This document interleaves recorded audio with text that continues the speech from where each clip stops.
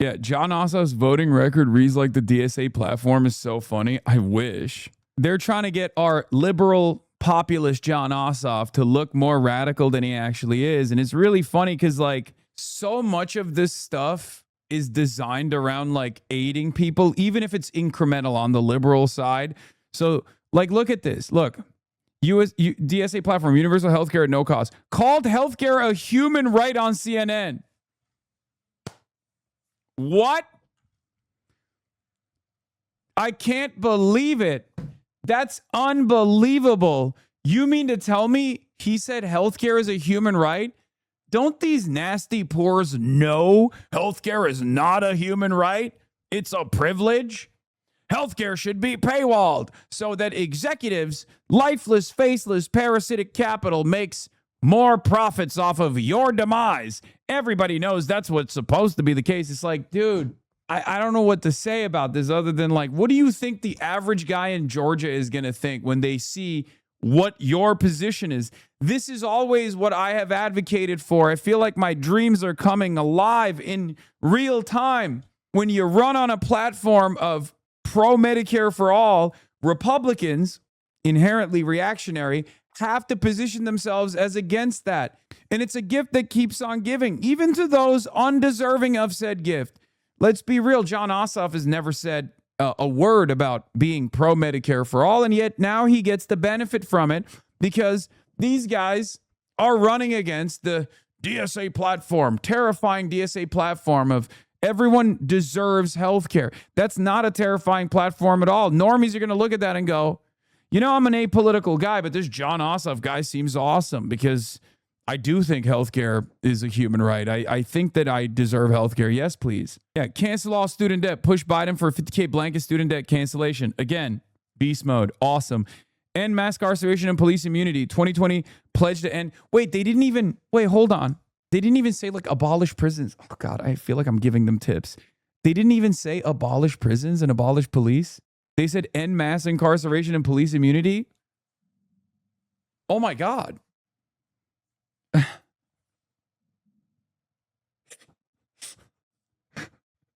So the author of this, Mike Collins, like the author of this wants to associate Mike Collins with mass incarceration and police can kill you and stay immune. No police accountability. Really?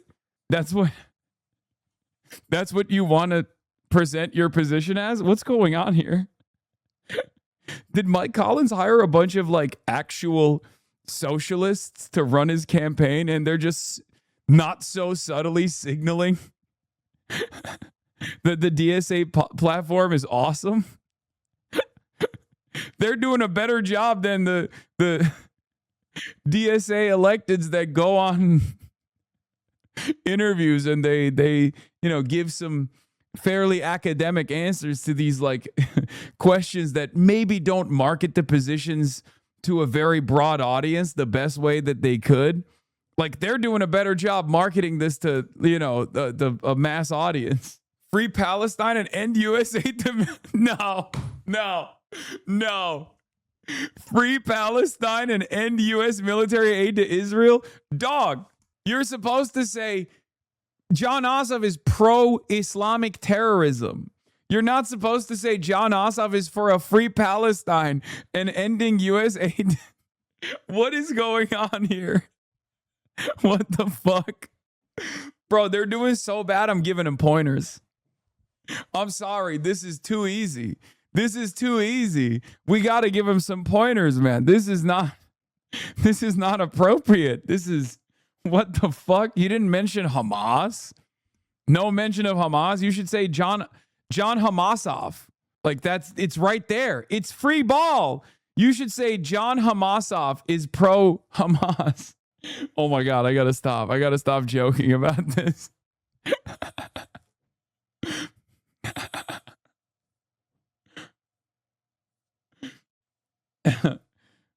Yeah, it was, they got nothing when they were trying to get him to condemn me. We've never met.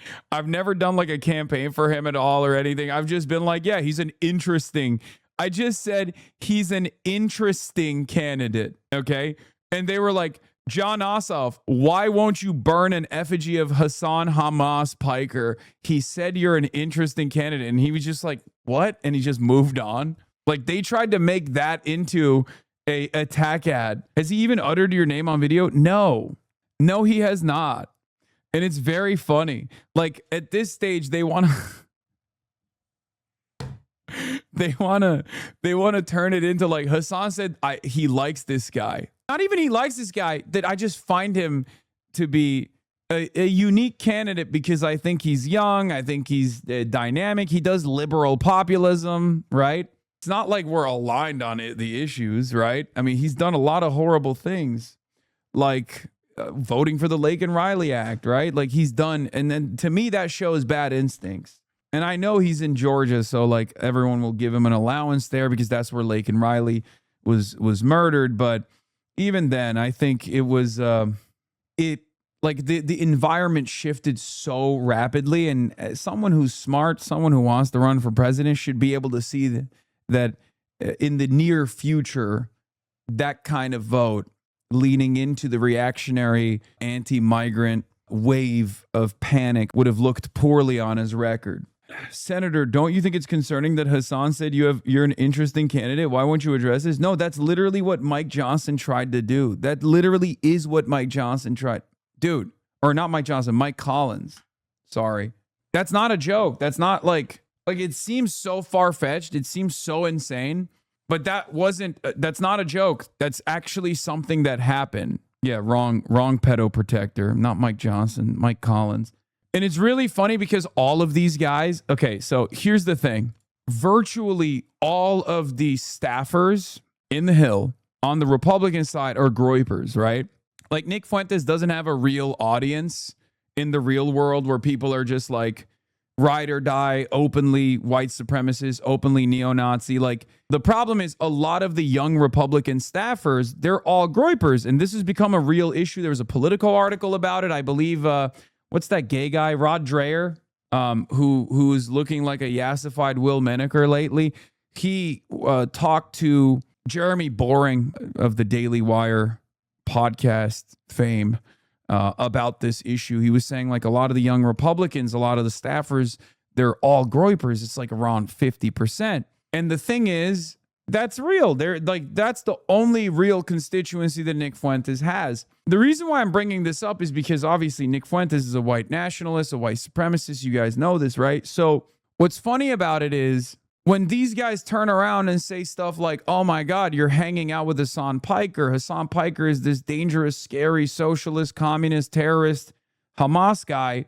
Every single one of their staffers is an actual neo-Nazi on the Republican side. And that's exactly what happened with Mike Collins. Mike Collins tried to make a big deal out of Jon Ossoff, out of me saying, like, I think Jon Ossoff is a unique candidate, an interesting candidate. That's it, a throwaway quote. No connection there whatsoever. And then a week later, it came out that Mike Collins had a white supremacist problem, which is so funny because every single one of these Republicans has a white supremacist issue. Now, obviously, their platform is already white supremacist to begin with, but like they also have real ties to open white nationalist influencers. Trump-backed Senate candidate Mike Collins' son-in-law, David Allen Scheer II, has shared anti-Semitic conspiracies and Nazi imagery online. And when I say this, it's not like, oh, are they anti-Israel and that's why they're being... No, like they're actual Nazis. Like they're actual anti-Semites. They're actual white nationalists and white supremacists, right? So like, it's so funny when these guys make a big deal or they try to do this thing where they're like, oh, Hasan is this scary guy. And it's like, dude, your entire fucking campaign staff is like white nationalist Nick Fuentes supporters. You know what I mean? Like there's no moral equivalence between what I do, what I say, what our movement looks like, and what Nick Fuentes is. And the reality of the matter is there's no equivalence between what we do in the eyes of the public either. Like people broadly know me outside of Twitter, outside of mainstream media now as like a progressive guy, which is true because that's what I am. That's what I represent.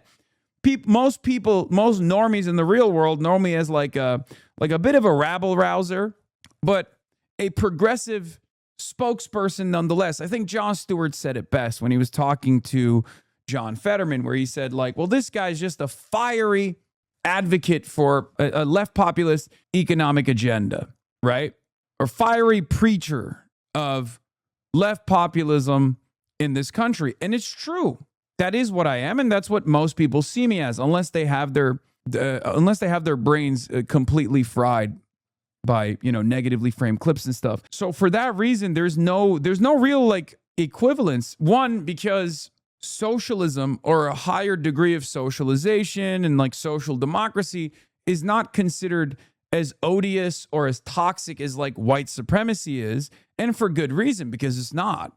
It's actually, these are really good policies. At the end of the day, we center the working class and their needs at the heart of our movement. Whereas these guys on the other side, they want to constantly push this country and really any country they can to a far more violent direction. I think most people see that. Most people recognize that. Most people understand that, like, you know, neo-Nazi stuff is just a bridge too far. They don't fuck with it.